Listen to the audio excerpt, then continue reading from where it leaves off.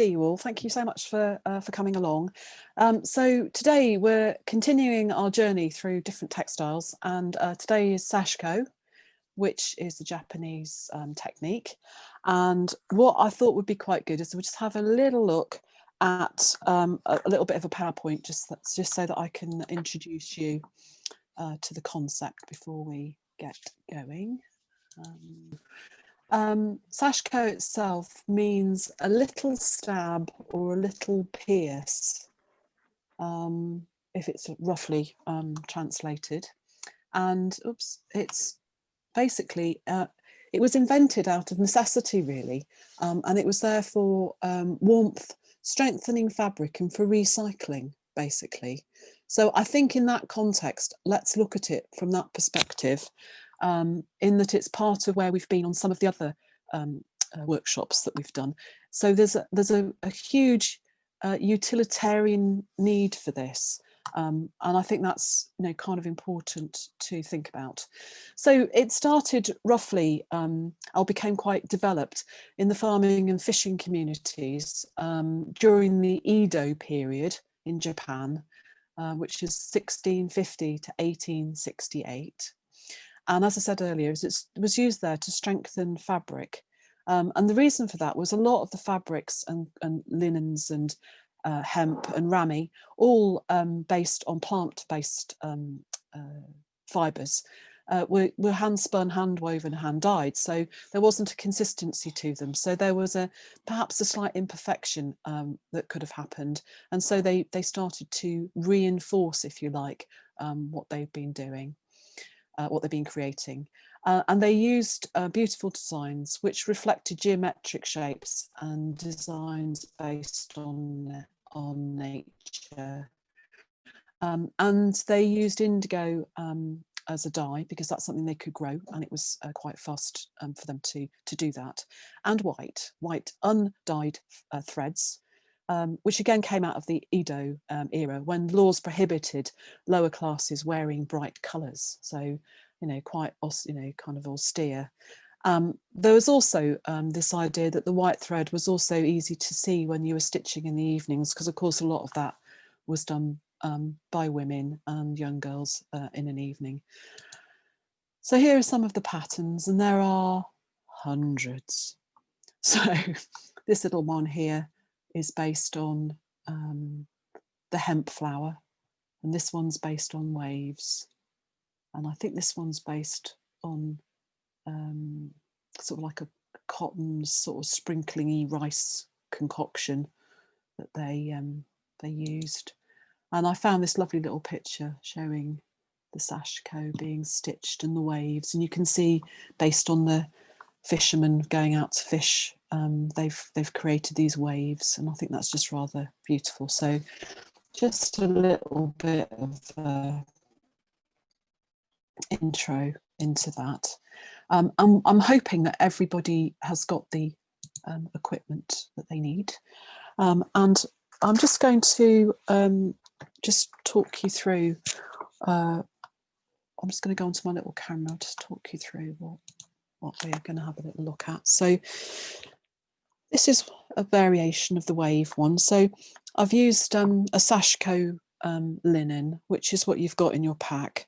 And what does that mean? Well, it means that it's not very tightly woven. It's quite loosely woven, so that you've got a chance to actually stitch through without too much difficulty. Now, you can use recycled things here.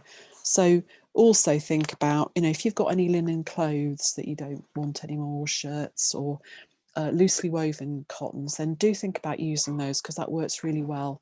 High quality patchwork fabric, the Moders of this world and Kaufmann's, they're a bit too tightly woven for it to be an easy thing to work with. So you're looking for something, as you can see here, where you've got quite an even weave to it. This is the little one I've worked. This was a bit of Robert Kaufmann, and it's his Essex linen range. So that's another one that's quite a nice one to work with. They've got a lovely set of colours for this, and I've used the design that I've sent you. wave this, to make this one. And what I've done is I've used a combination of colours, so don't always feel like it's got to be the white and the blue. So I've used navy, and I've used sort of a gold colour. And for those, I have used the prescribed Sashiko thread, which is usually about 4 strands twisted together, but you can use the cotton perlé without any problem at all. Traditionally, they use 2 threads together, but for today we're going to just use one, just because it makes it easier to start with. You know, I was saying about using bits of linen. This is another one. This is the hemp flower, and this is linen that came out of a sea salt dress that is no longer, it's deceased, but has become something more than that. So it just shows that you can recycle. It looks really nice on old jeans. You know, if you've got any pairs of old jeans that are, you want to recycle, Sashiko looks really lovely on that. In terms then of actually doing the design, so what I've sent you to do in the pack is to draw onto interfacing. Yeah, you can see on here that I've drawn on some interfacing, and then I've stuck it to the back of the work. Now, traditionally, all Sashiko is work from the back. We've just got used to, I think, with this resurgence that's occurred, to starting to stitch from the front, and there's no problem with that. But for today, we're going to stitch from the back, and I'm going to show you the technique with that. So literally, I've just put my piece of interfacing onto the panel, and I've traced it with an ordinary pen. Do not use a friction pen, because obviously when you iron it on, it all disappears. So yeah, that's the top tip with that. And I've also thought it might be quite useful to think about, so what happens if you don't want to use interfacing? And hopefully, can you see that closely enough? Go a bit higher. Is that better? You sort of nod. There we go. So this is also setting up Sashiko on a grid. So what I've done is I've used Sashiko material again, and I've drawn myself a 1-inch grid using, let me just show you, one of these Soline chalk pens, which this one is a white lead, but you can get them in different colour leads. If you're going to do quite a lot of this, it might be quite a useful thing to have a little look at. They're about, I think, £12 to buy, and you do get replacement leads with them. You can, if you want to, also use a liner, which I haven't used before, but apparently it's like a liquid chalk, which you mark on, and then as it dries, the white line appears. So that's another option. And also you can use tailor's chalk if you wanted to. So that's another option. You don't quite get the fineness that you get with one of these. And people have also talked about using dried up bits of old soap as a marker. So that's another option. And then on top of that, there is also these little markers that you can get, which is a version of a herer. And if you score onto the fabric, it creates a line. It kind of almost polishes where you want the design to go. So that's another option if you happen to have one of those around, or even, you know, one of the bones, you know, that you might have seen before. So you can just kind of polish the fabric, and then once you've done your design, it actually rinses out, so you don't have to worry about that. So on this one, I've actually done a grid of 1-inch squares, and I've just used a patchwork ruler to do that. Okay, and then to make the little curves, I happen to have, which is quite useful, a little one of these templates that has different size circles on it, and that circle is for this one, with a 1-inch square, you need to use a 1.5-inch circle, which is that one, sorry. And what you could do is you could actually create a 1.5-inch circle by just cutting it out of card. And then all I did was I laid it onto my grid, and I made it so that the curve, if you like, intersects with where the 1 inch grid is, and then I just drew the shape on. So you can, if you want to, develop your own style here. I mean, these are all traditional traditional patterns, but you know, you can, if you want to, just with those few little pieces, be able to make your own designs. And that is quite an exciting thing to be involved in. So if you are going to do that, then you know, perhaps it is worth investing. See how you feel today. You might really enjoy doing it. It's quite therapeutic. It's quite a peaceful thing to do. And it's not a huge outlay in order to get to this point where you can actually start to work. A few things then also about how to do intersections. I have got a little handout which I think I'll send to Emily, if that's okay, and then just so that you can see where not to do the intersections. Can you see on my little wave one here, the stitches come to the lines, but they don't cross over them. So that's an important part of the process. The other thing is, and I'm quite into not having everything pristine, but can you see that all of my centres of my flowers, I stop and leave a void in the middle. I haven't gone over the top of them. Okay, so that's another typical Sashiko method. And equally the same on corners. You don't want them to cross over each other. I'm not sure whether it was just perceived as being a worry, or whether it was just for other reasons. I'm not entirely sure. And then this one here, it's exactly the same. So I've not wanted things to cross over in the middle. So they're the things to be wary of when you're stitching. So I think what would be really good is if I just demonstrate then on a piece that, you know, good old Blue Peter size I've prepared. So you've got your thread, and I'm hoping this little diagram that I sent with the handout makes some sense. So rather than working round each petal, you basically work in a serpentine. So you're going to come down, yeah, and back and over, yeah, come down the petals, and then you can go back up the other side.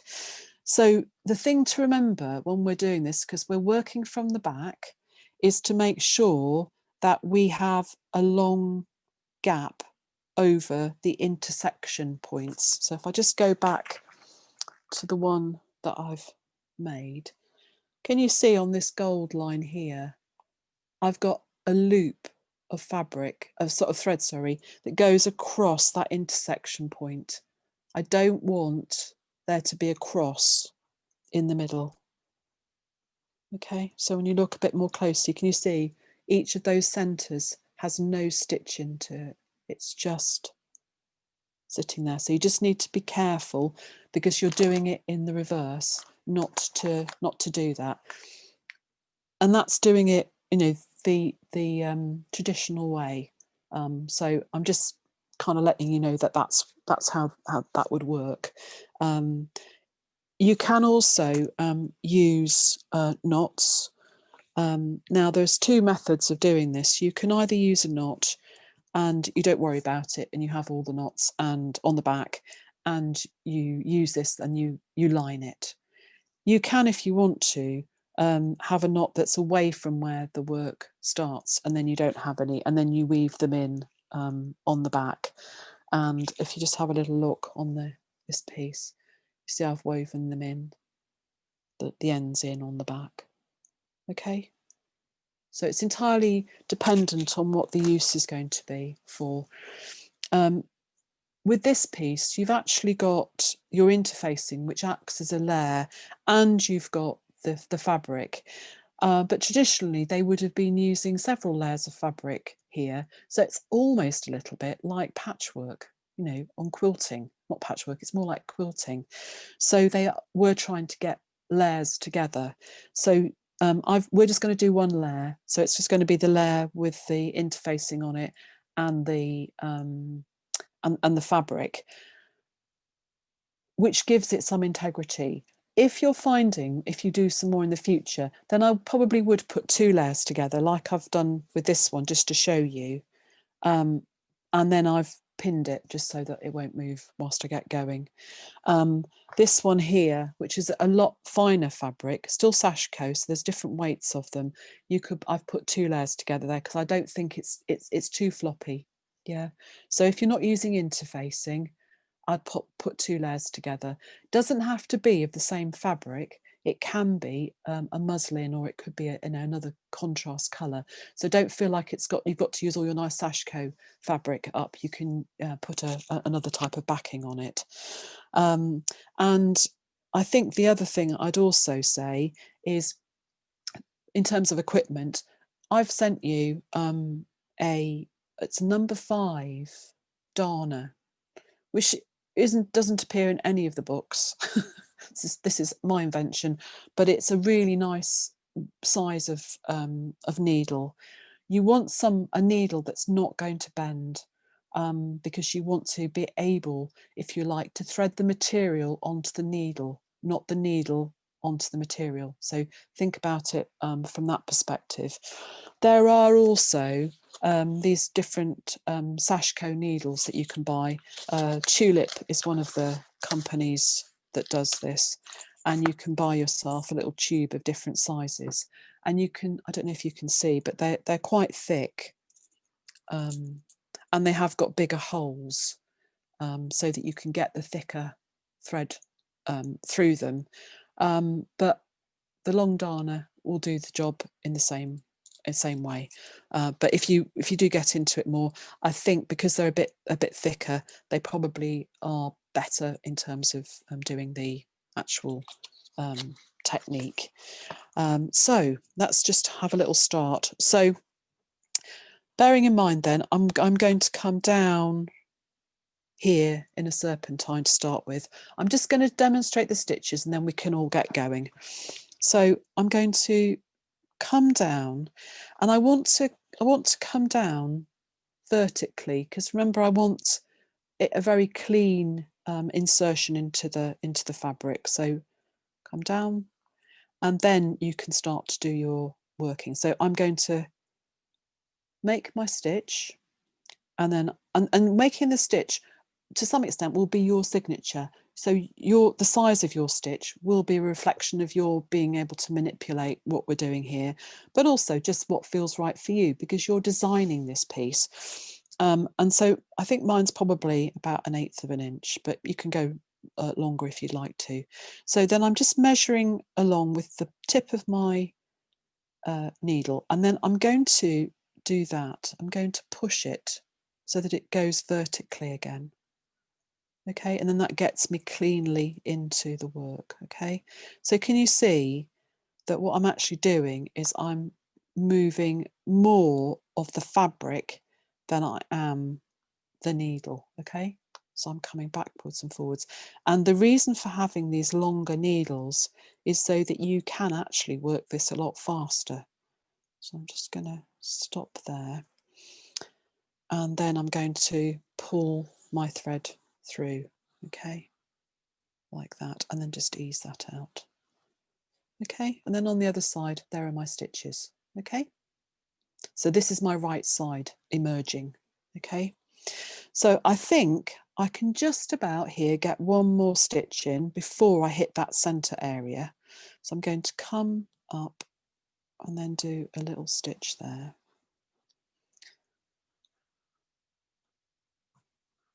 Just pull that through, and then I'm at the center point there. It's just a thread come through from the fabric.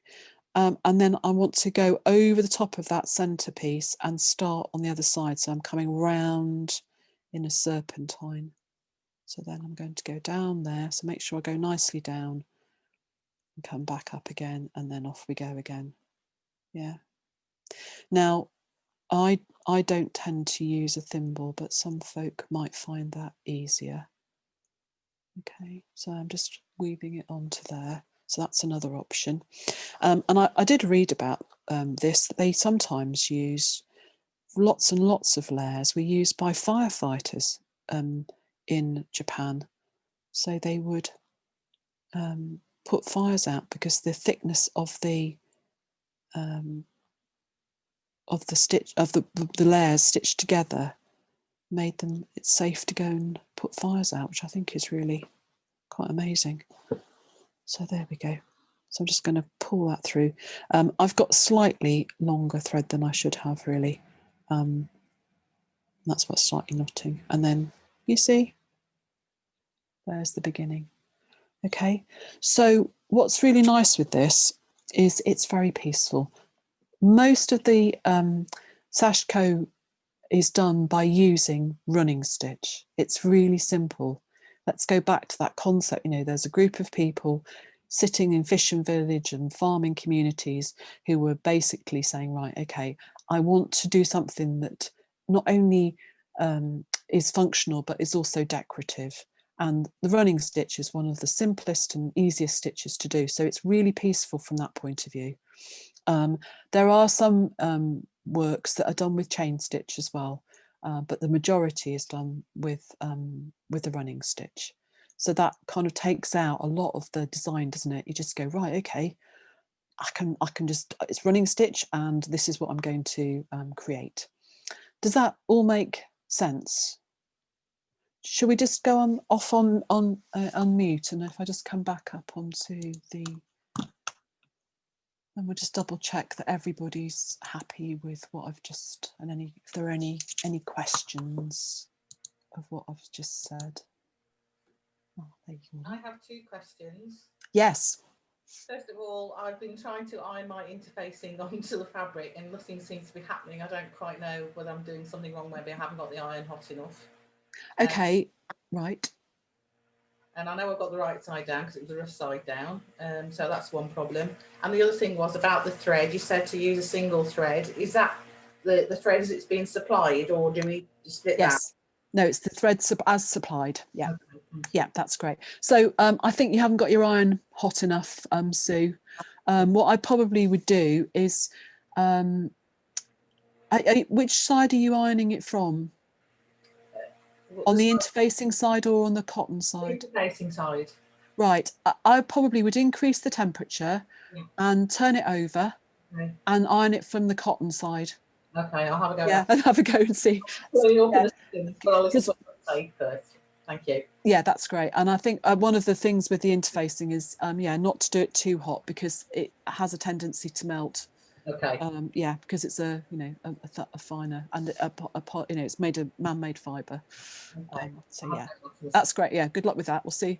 Yeah, let me know if there's anything else I can do to help with that bit. Yeah. How long a thread would you use, Philippa? Say again, sorry. How long a thread would be? Right. I work from the top of my nose to the tip of my finger and no more, because then I can actually pull it. Yeah, I'm not having to keep on pulling it beyond where I am. So that's usually a good rule of thumb. Yeah, so that should work. We're doing single thread today, but like I say, some of the work is actually done using a double thread, which, you know, you can have a little, if I just show you this little one that I'll just go back to my camera a minute. So here. So this is another design just using hexagons, again made off a grid. And with this one, I've used a cotton perlé, but I've used 2 strands together. But I would really recommend you start with a single strand, get the concept, and then move on to doing the double threads. Yeah. Is that okay? Right. Oh, this was another one that I did as well. That was it's called grasses. So it's little grasses that I've drawn on that were again off a grid system, which they use, you know, like like rice plants blowing in the wind. So there's some really lovely designs out there. So, you know, definitely have a little look around.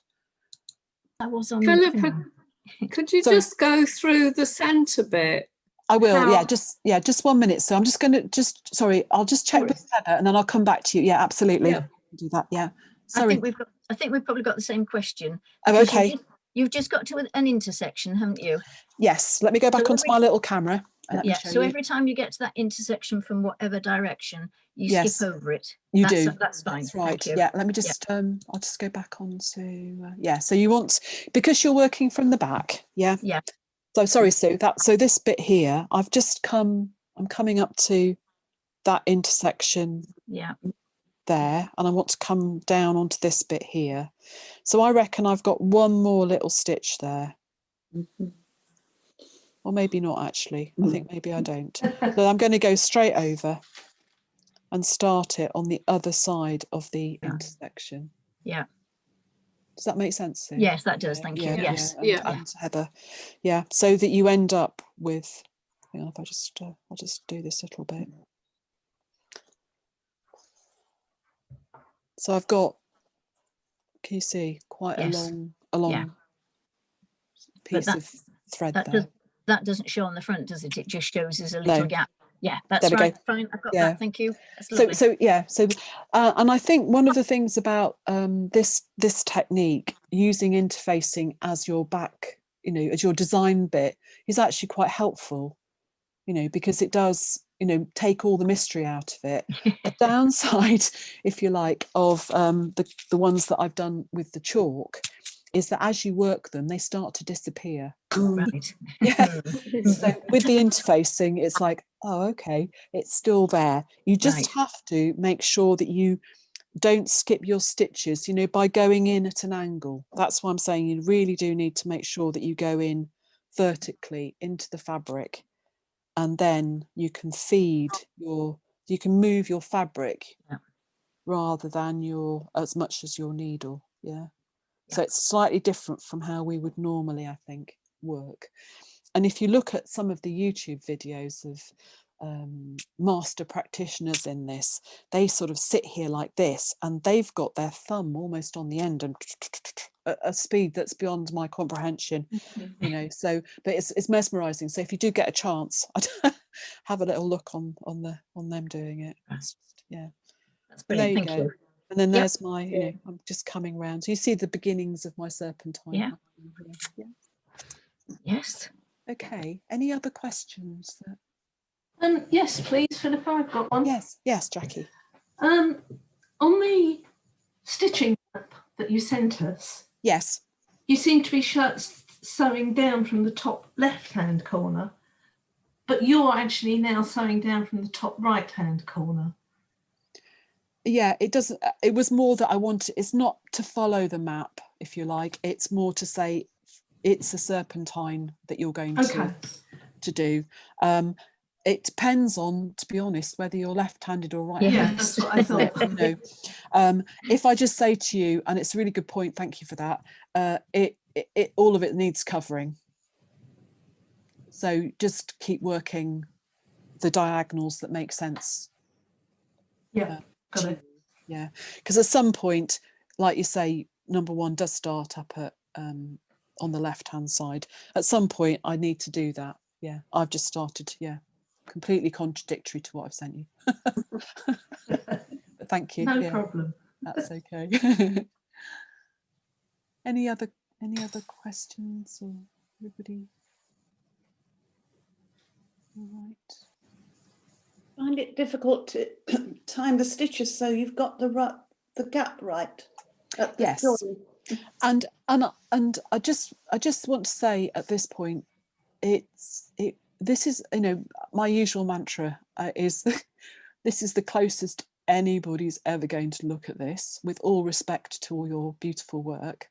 The other thing is, if you haven't quite timed it right, don't worry, because you're learning something new here.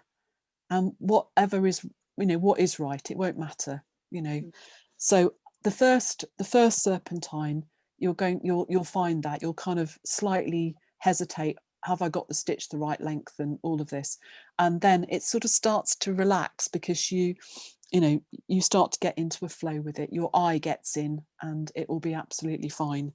I'm just looking at mine, and I get from center to center, I'm getting 1, 2, 3, 4, 5 stitches in. That's all. Yeah. Yeah. But some people will get 4, some will get more. You know, it just depends to a very large extent on partly our dexterity, but also on how we normally stitch. You know, this is our signature, and how we stitch these will be, you know, reflection of us. So yeah. So, you know, don't worry too much if it's not quite you know, accurate, because there isn't really an accurate. You know. And I think if we go back to the concept of this behind, you know, back in the beginning, is these were used to, you know, sew layers of fabric together. So can you imagine, you know, if you have 4 or 5 layers at this point, it's going to be quite difficult to get very small stitches. Yeah. So when you come to the end, Yep, which curve should I go round to get back up? you can just choose whichever one you want to go down, because all of these rows have got to get done. So just where it feels natural. I mean, on this one, because I've started you all off in the top right hand corner, I'd on this one I'd come back and finish off the petals in the other direction, you know, from the bottom left up to the top right again, because it makes sense to do that. Yeah. And once you've done that, then it's usually quite a good idea to cast off your work, your thread, and then rejoin it onto your next row that you're going to do. So I'll start doing that. And so I've just come to a point on my piece here. So I've come to the end of one of the petals. So I'm going to go into the end of the piece, and then I'm going to just come up literally about half a thread, or 1 thread from where it's gone down, and then I'm going to start. So if I just turn it over, can you see I've just made a little stitch, and then I'm going to come back up now, following the line that's drawn. So can you see on the back there? So I've got this nice little corner that's occurred. Yeah. And I did all of my outward petals first on the piece that, let me just go back and show you this one.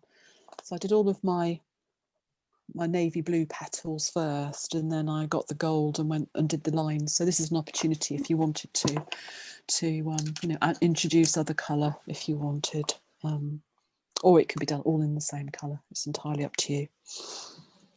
So I'm just going to show you, I've just gone over my first intersection, if you like, on the way back. And you see then there's my cross is on the back of my big, you know, I've got longer stitches there. And that's where you want to see them, where the intersection is, and it's not on the front, you see. And well, I've just come to the end of a kind of my row, if you like, going both directions. So what I'm going to do, there's 2 ways of doing this. You can either just do a couple of little cast off stitches, sort of like that, or what they tend to do is they put their needle in and then leave the needle in, and then they wrap the thread round a couple of times and then pull the needle through the knot, and then they use that as a cast off. That seems to be quite common in the, Middle to Far Eastern countries. That's how they finish off their knotting, which actually does make it quite neat. So that's another bit of information. Last year I did a little course on how to do Korean patchwork, and that's how we were taught to do it. And I thought that's really nice, actually, because there is always that, what do you do with the ends? You know, how do you finish off? Exactly. So, you can use variegated threads as well. So don't think it's got, you know, this, once you've got the technique, just think about, oh, what else can I do with this? So, you know, you can vary the threads. You could dye some threads, you know, you could, you know, have a really, you know, good play. You could put 2 different colours together and stitch through them. Yeah, so there's loads to play at. Yeah, which is good. It looks so lovely with the white on the blue, and I'm just thinking, what can I make this into now? Right. What does tend to happen with these small panels is you can either make them into little drawstring bags, which is a very common thing for the Japanese to do because they store everything in little bags, or cushions, you know, little cushion. I think they look really nice as, you know, you could have them as a little picture, or you could have, you could photograph it and make little cards from the photographs. Yeah, keep your original artwork and, you know, not worry. I was thinking it might look nice as a pocket on a blouse. Yes. Yes. Yeah, nice little feature. Patch on some. Yeah. So there's several, you know, several things that you could could do. The other thing is to think about it perhaps as part of, you know, a panel in the patchwork. Yeah. You know, the other thought is, you know, how would it be if you did some finer fabrics? So, for example, you know, some shirts, you know, recycled shirts, and layer them up, and you could use this design as a quilting pattern. Yeah. On patchwork quilts, you know, maybe a small little lap quilt or something would be really nice. I haven't mentioned as well, you can also buy stencils for the Sashiko, which is another way of doing this. I'm just going to see if I can locate, and I'll just show you. They're like little perspex ones. Just bear with me 1 minute.